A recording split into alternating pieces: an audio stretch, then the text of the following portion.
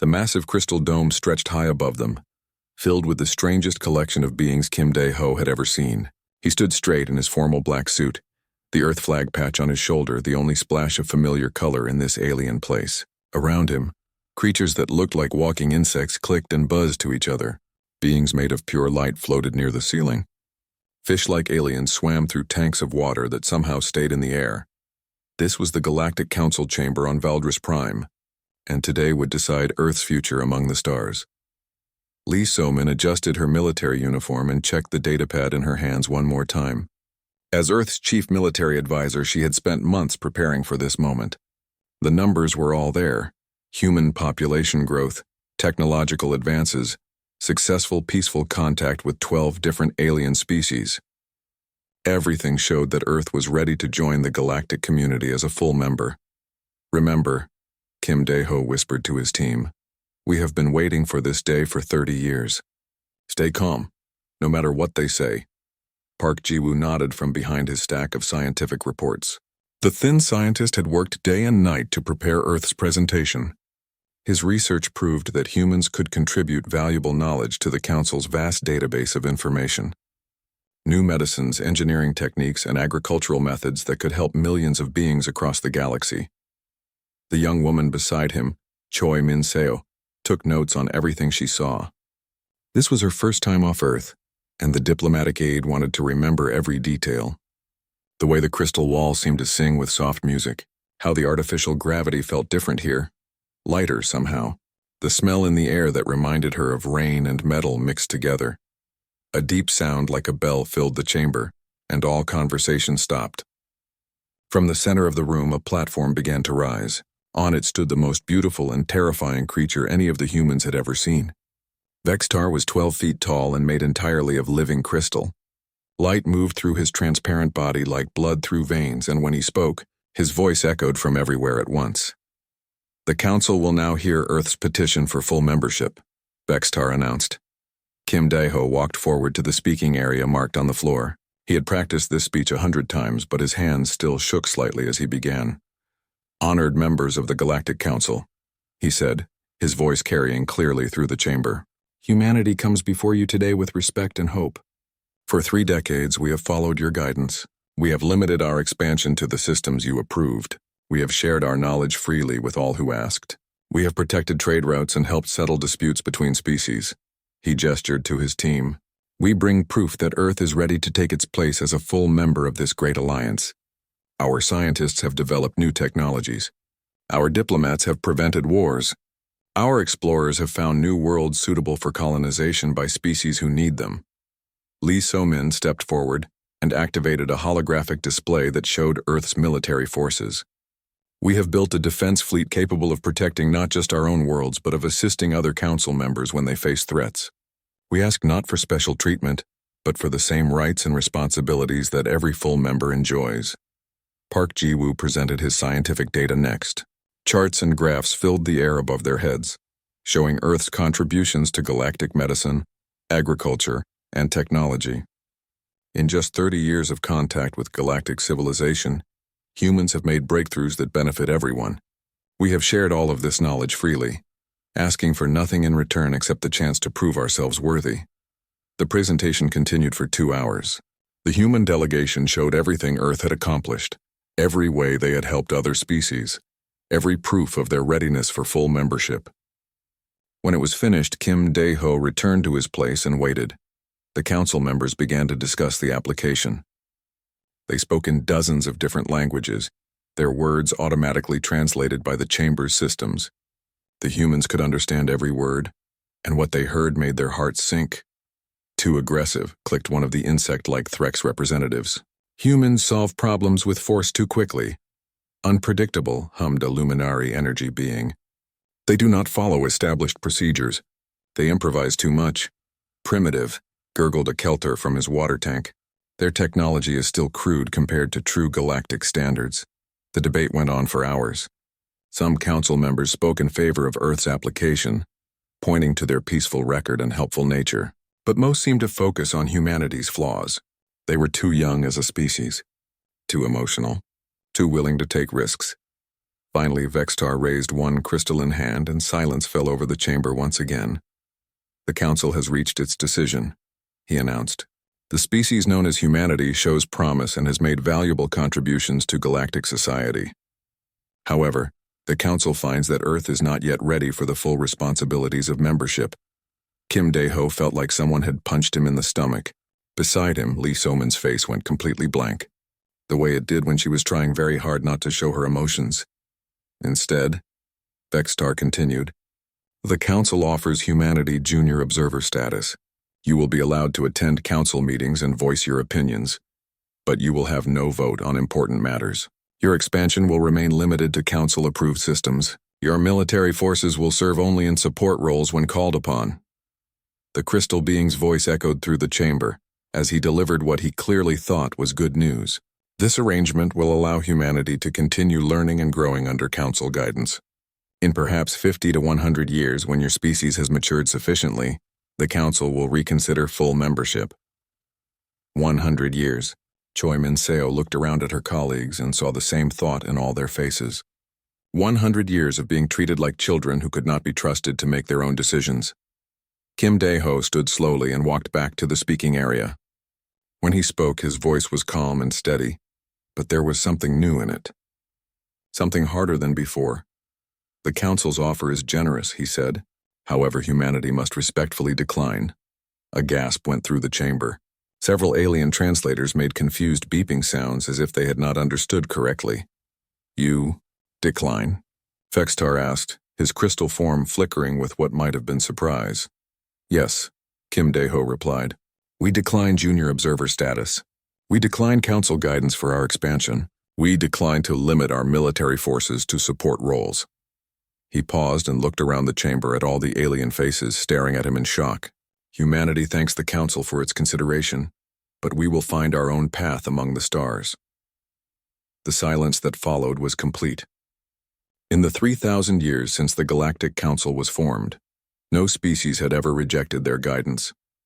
Young civilizations were supposed to be grateful for any recognition at all. Lee So-min joined Kim Dae-ho in the speaking area. Earth's delegation will depart Valdris Prime within the hour, she announced. We will not trouble the Council with our presence any longer. Park Ji-woo began packing up his research materials. All those hours of work, all that proof of humanity's worth, and the Council had barely looked at it. They had already made up their minds before the presentation even began. As the human delegation walked toward the chamber's exit, Choi Min-seo noticed the expressions on the alien faces around them.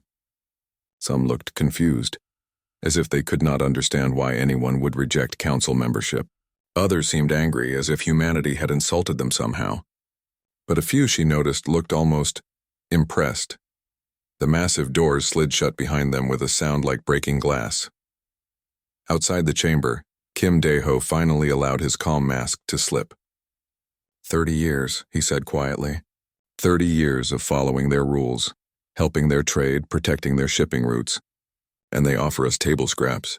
What do we do now? Park Ji-woo asked. Lee So-min straightened her shoulders and checked her data pad. Now we go home and tell Earth that we are on our own. No Council protection, no Council trade agreements, no Council technology sharing. She looked at her colleagues with something that might have been a smile, and no Council rules to hold us back. The human ships departed Valdris Prime 6 hours later. As they entered hyperspace for the long journey back to Earth, none of the delegation looked back at the crystal world behind them. They were too busy looking forward toward a future that belonged entirely to humanity. 5 years had passed since the rejection at Valdris Prime, and Admiral Yoon Tae-jin stood before the largest tactical display he had ever seen. The holographic map of local space showed hundreds of star systems, and nearly half of them now glowed with the blue light that meant human colonies. Luna Station had grown into something magnificent during those 5 years. What started as Earth's moon base was now a sprawling city in space, with shipyards that stretched for miles and defense platforms that could protect the entire Sol system. Through the observation windows, Yoon could see construction crews working on the latest batch of colony ships, each one capable of carrying 50,000 people to a new world. Another 3 systems this month, reported his aide, showing him the latest expansion data on her tablet. The colony ship New Sol reached the Kepler system yesterday.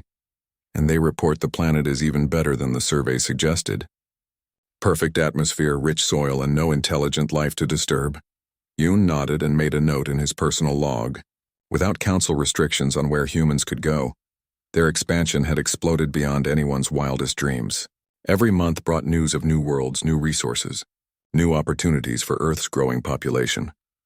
Dr. Han Yu-jin entered the command center carrying a stack of reports that looked thick enough to use as a weapon. The xenobiologist had been busier than ever since humanity started exploring without council oversight. "Admiral, you need to see the latest findings from the frontier colonies." She activated her own holographic display, showing images and data from dozens of worlds. "We have made contact with 43 different intelligent species in the past year alone. The council database only mentioned 12 of them." "What about the others?" Yoon asked, studying the alien faces on the display. Some looked familiar, similar to species humanity already knew. Others were completely bizarre, creatures that seemed to be made of living metal, or beings that existed partially in another dimension. "That is the interesting part," Han Yu-jin said, her voice getting excited the way it always did when she discovered something new. "Most of them are what the council would classify as primitive, pre-spaceflight civilizations, early industrial societies, even some that are still using simple tools. But here is what the council never told us. These species are not primitive by choice."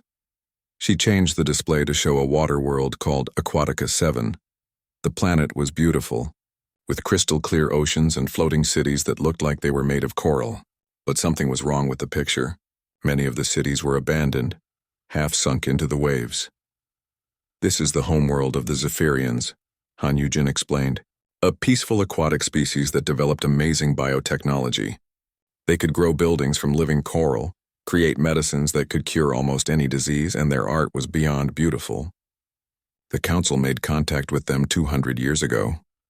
Yoon was starting to understand where this was going, and he did not like it. "What happened to them?" "Resource extraction," Han Yu-jin said, and her voice was bitter. "The council decided that the Zephyrians were too primitive to efficiently use their own planet's resources. So they gave mining rights to more advanced species. Within 50 years, the oceans were polluted, the coral cities were dying, and most of the Zephyrians were dead or homeless."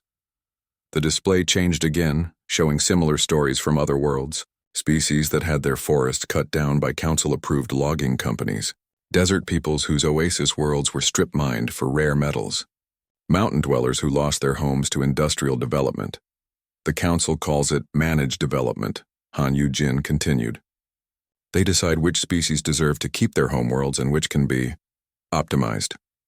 On the mining world of New Jeju, Captain Song Haiwan was seeing this reality firsthand. Her ship, the Harmony, was designed for exploration and first contact. But lately she found herself running more and more rescue missions. Today she stood in the cargo bay of her ship, watching as her crew helped the latest group of refugees get settled. They were Zephyrians, the same species Dr. Han had been studying. Their blue-green skin was pale from stress, and their large eyes held the kind of sadness that came from losing everything. One of them, an elderly female named Jang Soo-bin, had learned to speak human languages during her time as a diplomat. She worked with Song's crew now, helping translate and care for the others. "Captain," Jang Soo-bin said, her voice making the gurgling sound that was natural to her species, "I must thank you again for rescuing us from the mining platform. If your ship had not arrived when it did, do not thank me yet," Song replied, checking the refugee manifest on her data pad. "We still need to find you all a safe place to live. The council has made it clear that Zephyrians are not welcome in their territory anymore." Jang Soo-bin's eye membranes fluttered, and what Song had learned was the Zephyrian equivalent of a bitter laugh.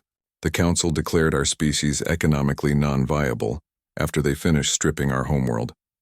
Apparently we were too weak to fight back, so we must not have deserved the planet in the first place." Song felt anger burning in her chest. This was the Galactic Council that had rejected Earth's membership application? The same organization that claimed to represent justice and peace among the stars? "Well," she said, putting a comforting hand on Jang Soo-bin's shoulder, "you are welcome in human space for as long as you need. We have plenty of ocean worlds that could use experienced aquatic engineers." Back on Luna Station, engineer Ko Woo-jin was working on a different kind of problem. His research team had been given access to all the alien technology that human explorers had found over the past 5 years. Most of it had been abandoned, left behind when the Council declared various species non-viable. The engineering bay was filled with the most amazing collection of alien devices Co had ever seen.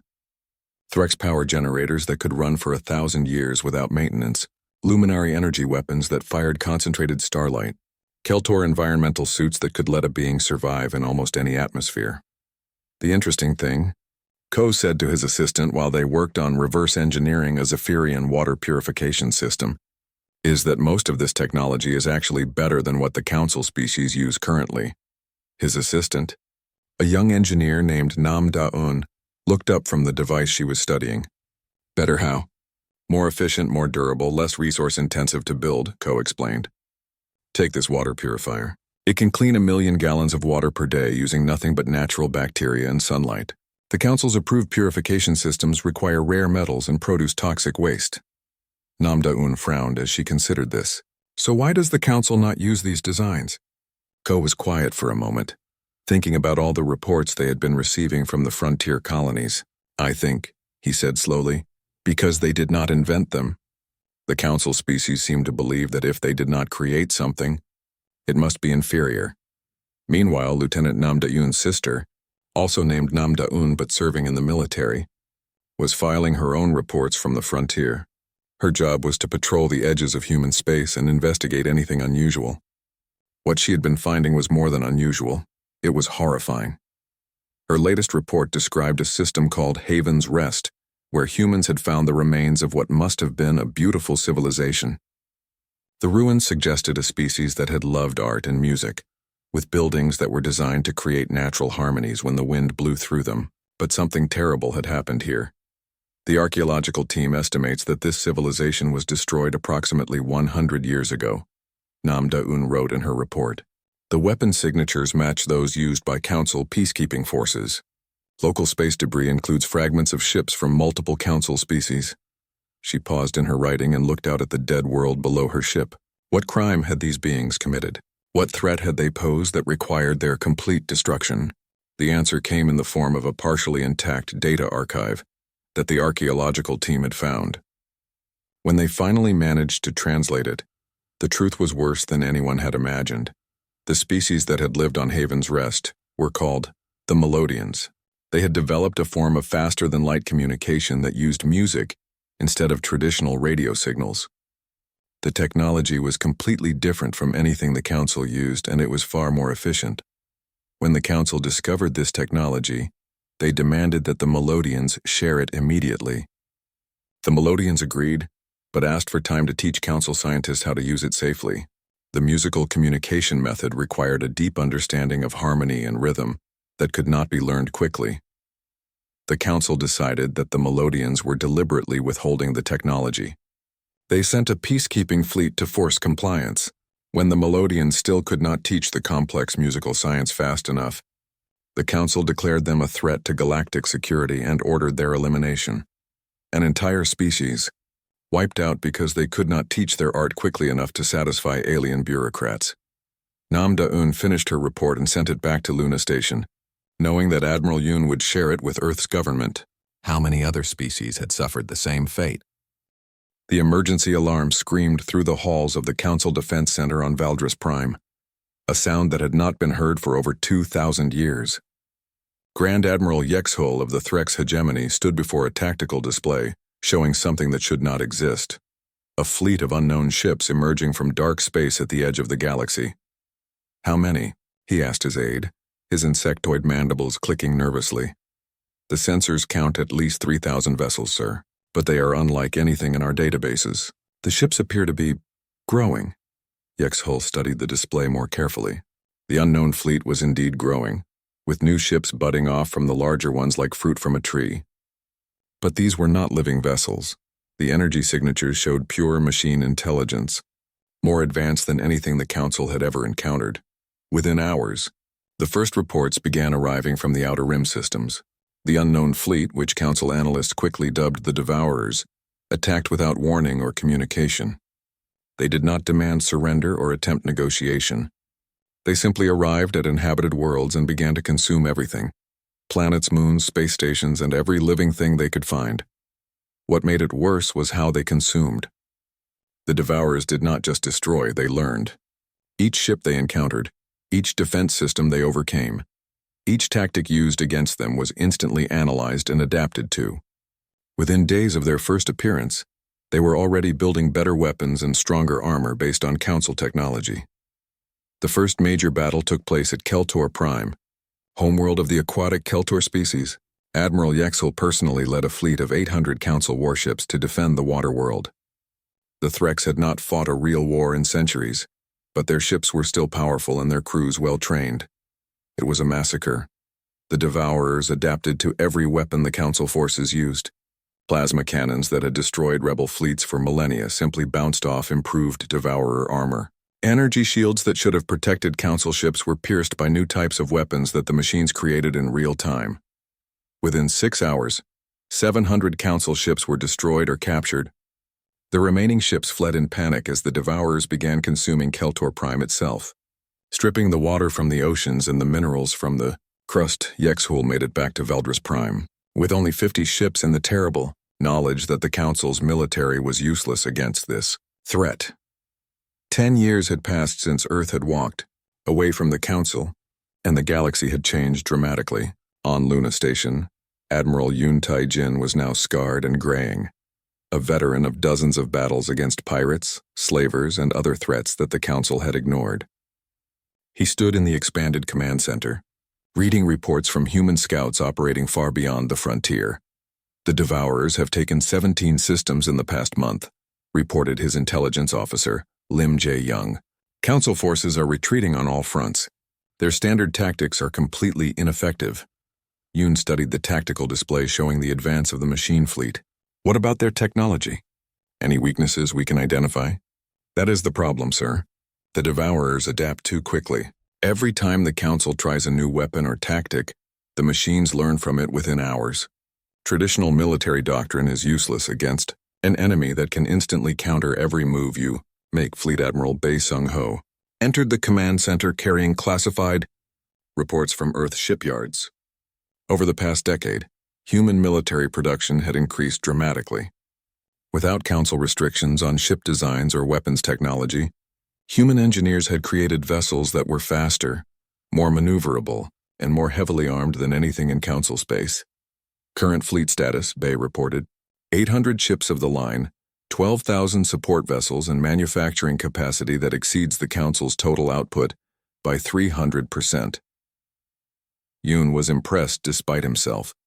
When Earth had left the Council, humanity's space fleet consisted of fewer than 100 ships, most of them designed for exploration rather than combat.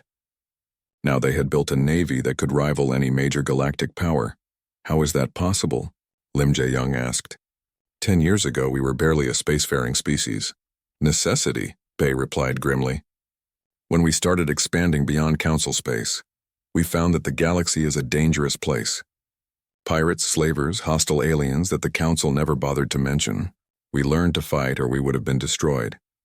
On Earth, President Seo Min-ho convened an emergency session of the Global Defense Council. Representatives from every major nation sat around the table in the secure bunker beneath Geneva, watching intelligence reports from the Council Devourer conflict. The machines have taken 3 more core worlds, reported Foreign Minister Oh Yoon-seo. The Council is requesting emergency aid from every independent species in the galaxy. General Kwon Hyun-woo, whose daughter had died fighting pirates in the Outer Rim, slammed his fist on the table. Let them burn. The Council rejected our membership, treated us like children, and we discovered they have been exterminating entire species for centuries. Why should we help them now? The debate that followed was intense. Many agreed with General Kwon. The Council had brought this disaster on themselves through centuries of oppressive rule. Others argued that the Devourers would not stop with Council space. Eventually, they would come for humanity as well. Intelligence Chief Lim Jae-young presented her analysis of the situation. Based on our scouts' reports, the Devourers are not just destroying Council forces. They are consuming the technology and adapting it. Every ship they capture makes them stronger. If they defeat the Council completely, they will be nearly unstoppable. Nearly unstoppable, President Seo repeated. But not completely. Our ships are designed differently, Lim Jae-young explained. Human technology developed independently from Council science. The machines have adapted to counter every weapon and tactic the Council uses, but they have never encountered our systems. Defense Minister Park Si-jin activated a holographic display showing human ship designs. Our vessels use hybrid technology, combinations of human engineering with improvements we reverse engineered from abandoned alien tech. The Devourers might not be able to adapt as quickly to something they have never seen before. The room fell silent, as everyone considered the implications. Humanity might be the only force in the galaxy capable of stopping the machine invasion. But at what cost? Asked Secretary of State Kim Jin-ho. Even if we win, how many human lives would be lost fighting someone else's war? General Kwan stood up, his face grim with old pain. My daughter died protecting a Zephyrian refugee convoy from pirates. Pirates that the Council ignored because they only attacked non-viable species.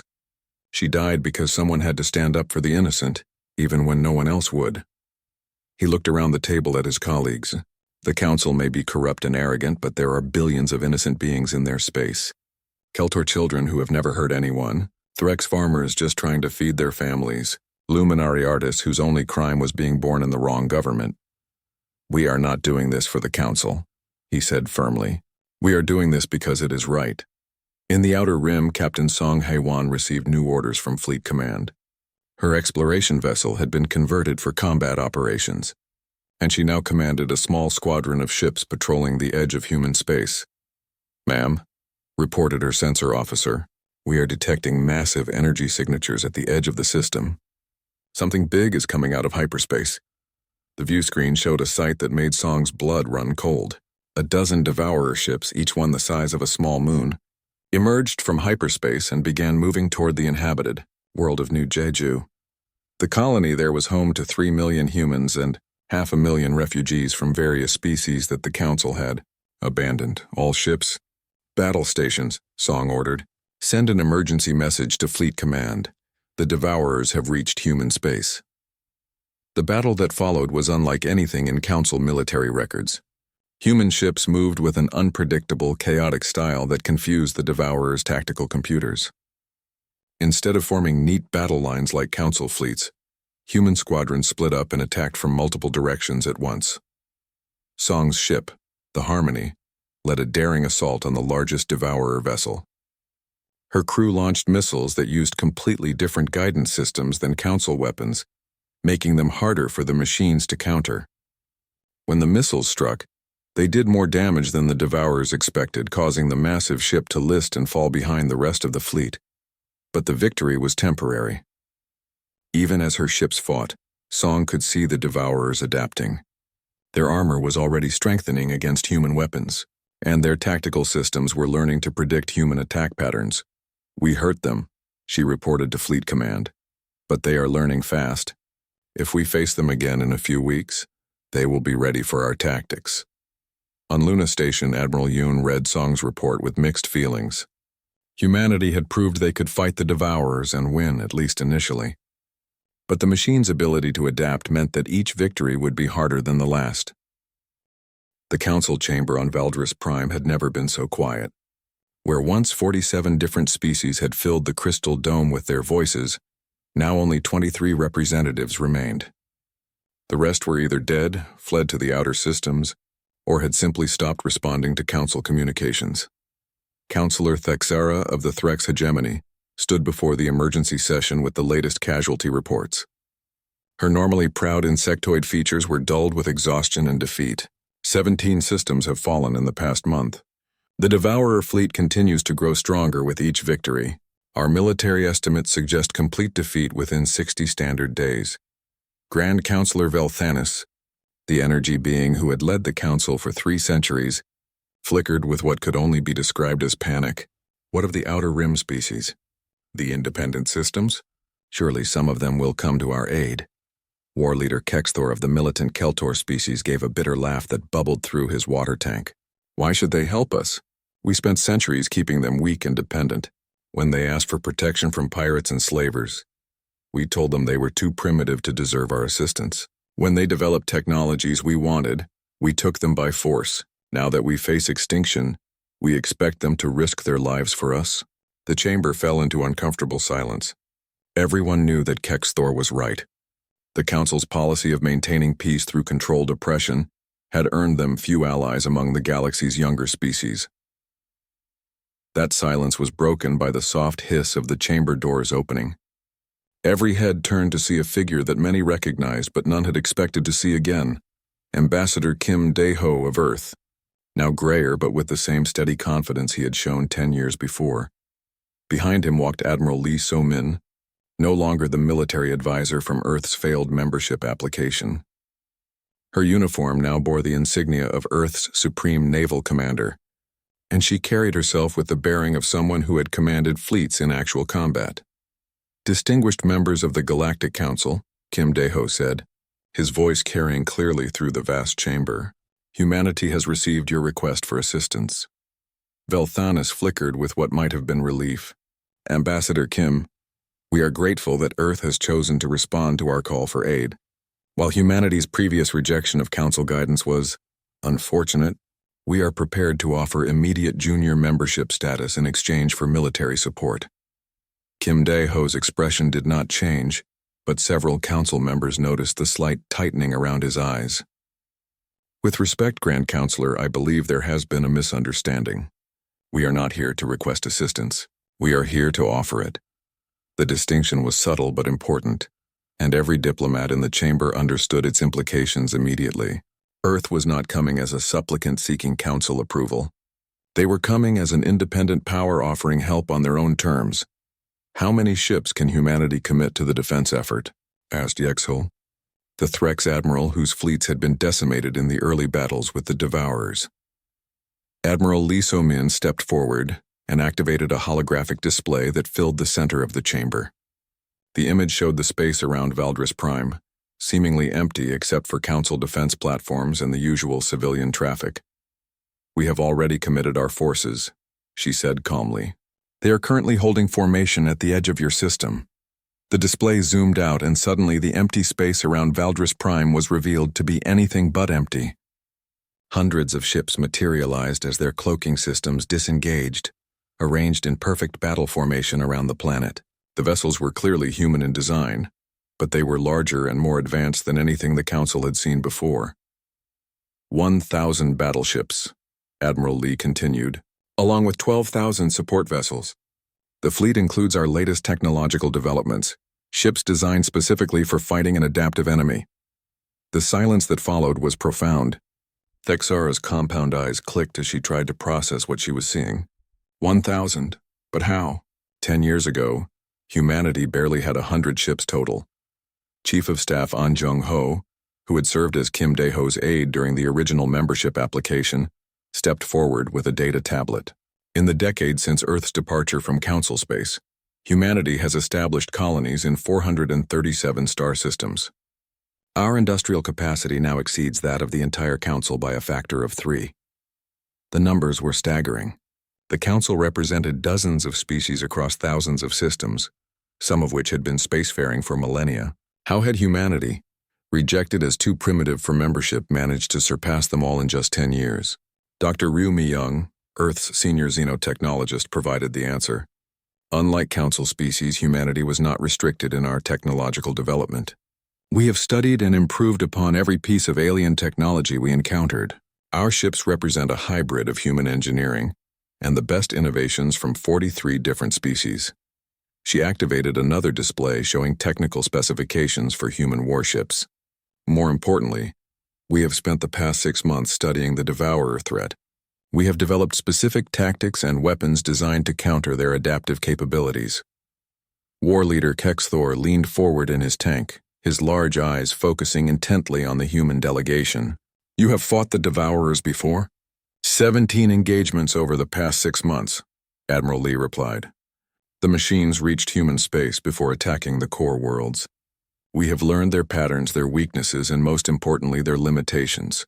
She changed the display to show recordings from human battles with the Devourers. The footage was unlike anything Council forces had managed to achieve. Human ships moving in chaotic, unpredictable patterns that seemed to confuse the machine intelligence. Instead of the orderly battle lines that Council doctrine preferred, human fleets split into small groups that attacked from multiple directions simultaneously. The Devourer's greatest strength is also their weakness, explained Tactical Officer Im Changmin. They adapt quickly to any tactic they encounter, but they can only adapt to what they can analyze and understand. Human combat doctrine is based on controlled chaos. We deliberately make our tactics unpredictable and contradictory. The Council members watched in amazement as human ships in the recordings used weapons and maneuvers that violated everything they knew about space combat. Ships that flew impossible flight patterns, weapons that seemed to defy physics, tactics that made no sense until they worked perfectly. This is all very impressive, Grand Counselor Velthanis said, his energy form pulsing with nervous light. But what are humanity's terms for this assistance?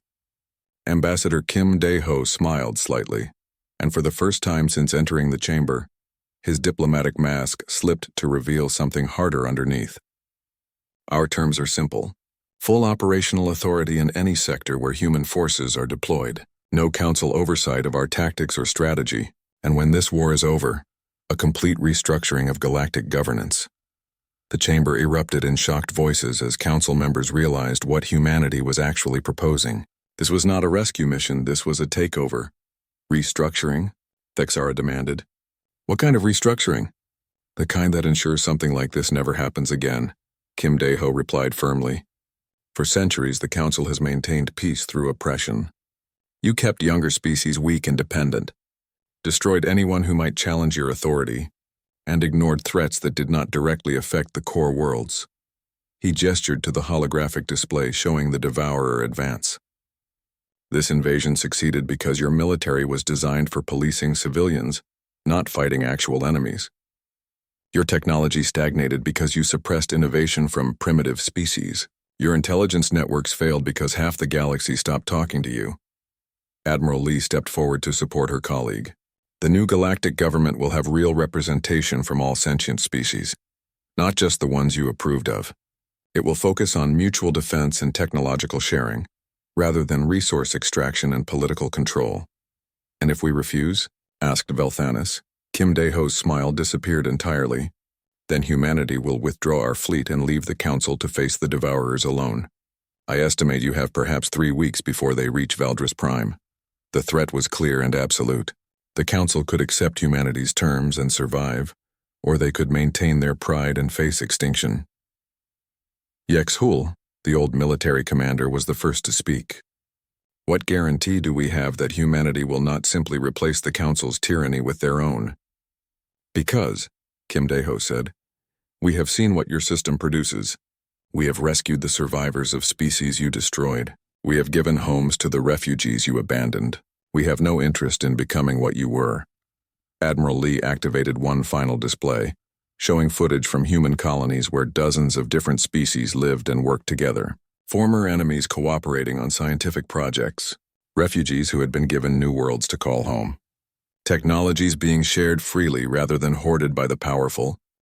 The Battle of the Nexus Nebula lasted 7 days, and it would be remembered as the moment when the galaxy's future was decided. Admiral Yoon Tai-jin stood on the bridge of his flagship Indomitable, watching as human warships executed maneuvers that would have been impossible for any Council fleet. The Devourer mothership hung in space before them like a mechanical planet, 30 miles across and bristling with weapons that could destroy entire fleets.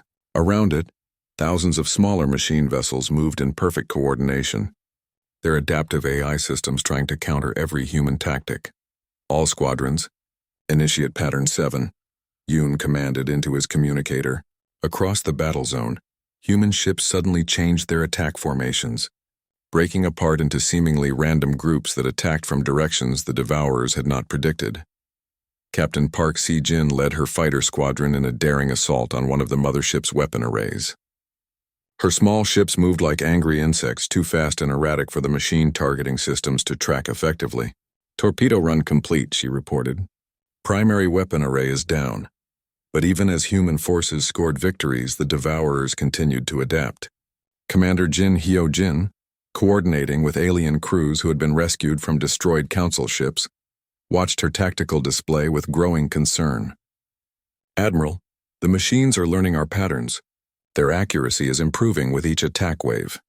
This was the moment that would determine everything. For months, Dr. Ko Woo-jin had been working on humanity's secret weapon.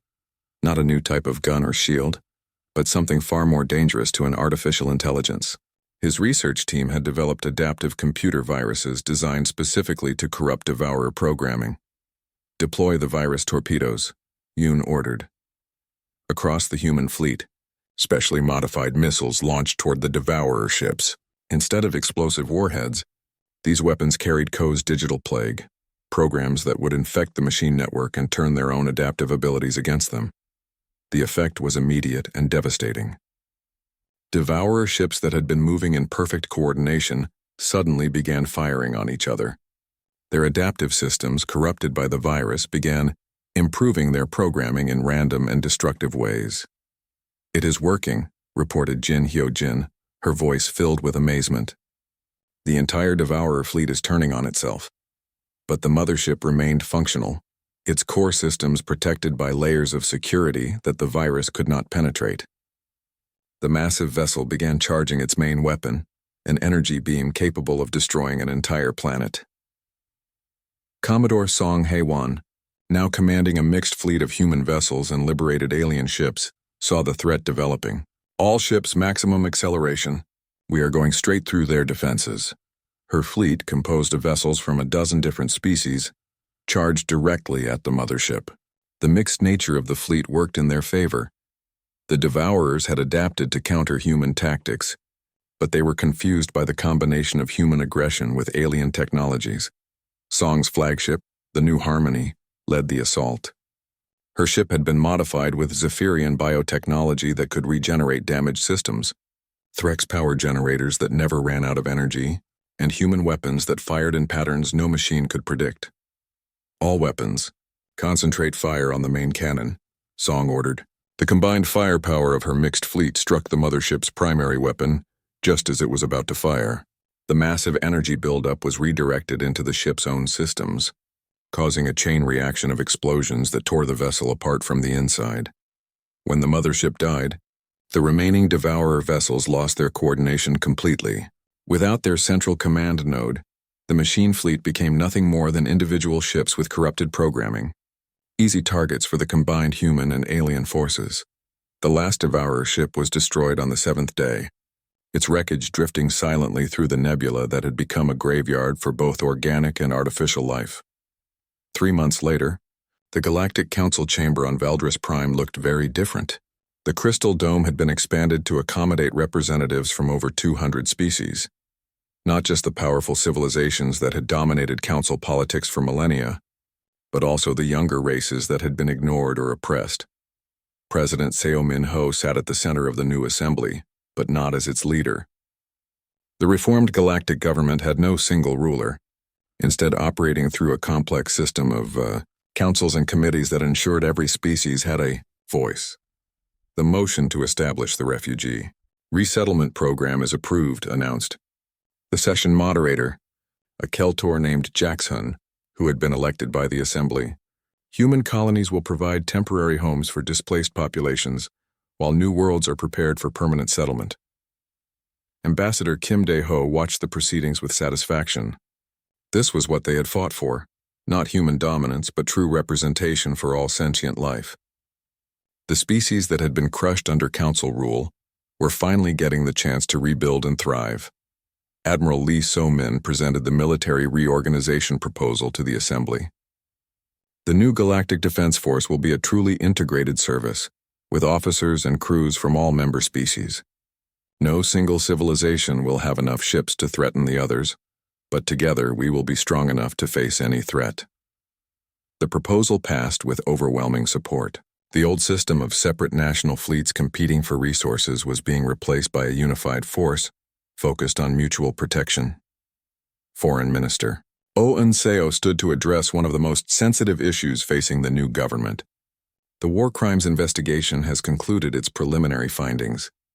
Evidence suggests that the previous council administration was responsible for the destruction of at least 43 sentient species over the past millennium. The chamber fell silent as the full scope of council atrocities was revealed. Entire civilizations wiped out for refusing to surrender their homeworlds to resource extraction. Species declared non-viable because their technology was too different or too advanced. Systematic oppression disguised as benevolent guidance. What will be done about this? Asked Velthanis, the former Grand Counselor who now served as a regular representative of the Luminary species. Justice, Oyunseo replied simply. Those responsible will face trial. Their victims will be memorialized, and we will ensure that such crimes never happen again. But the greatest changes were happening outside the formal government structure. On worlds throughout the galaxy, species that had been enemies for centuries were learning to work together. Human colonies had become centers of cooperation, where refugees from destroyed civilizations worked alongside former council citizens to build something new. Dr. Han Yu-jin, now director of the Galactic Biological Survey, reported on the discovery of hundreds of new species that had been hiding from council attention. We have found entire civilizations that went underground to avoid council development. They are finally willing to make contact now that the old system is gone. The technological sharing program had produced remarkable results. Zephyrian biotechnology combined with human engineering was revolutionizing medicine and agriculture. Threx power systems merged with luminary energy manipulation were creating new forms of faster-than-light travel. Even the scattered survivors of the Melodian species were teaching their musical communication methods to anyone interested in learning. Captain No Jaehan of the starship Harmony, one of the new integrated vessels crewed by members of 12 different species, filed the final report of the transition period. The old galaxy is gone, destroyed in the fires of war and the collapse of unjust systems. What rises from its ashes is something unprecedented. A civilization based on cooperation rather than domination, on diversity rather than conformity, on justice rather than power. He paused in his writing and looked out at the stars, where ships from hundreds of worlds traveled freely between systems that had once been forbidden to them. Earth walked away from the Council as rejected applicants. We returned as liberators. But liberation was just the beginning. Now comes the harder task, building a galaxy where every species can reach its potential, where differences are celebrated rather than feared, where the strong protect the weak instead of exploiting them. The transformation was not without its challenges. Some former council species resented their loss of privilege. A few isolated systems refused to join the new government, preferring independence to integration. There were disputes over territory, arguments about resource allocation, and the constant difficulty of getting dozens of radically different cultures to work together. But for the first time in galactic history, these problems were being solved through negotiation and compromise rather than force and intimidation. The new government had been designed specifically to prevent any single species from dominating the others. With checks and balances that ensured power remained distributed, Admiral Yoon, now serving as Supreme Commander of the Integrated Defense Force, established new military academies where officers from all species trained together. The old days of separate fleets with separate agendas were over. When threats arose, and there would always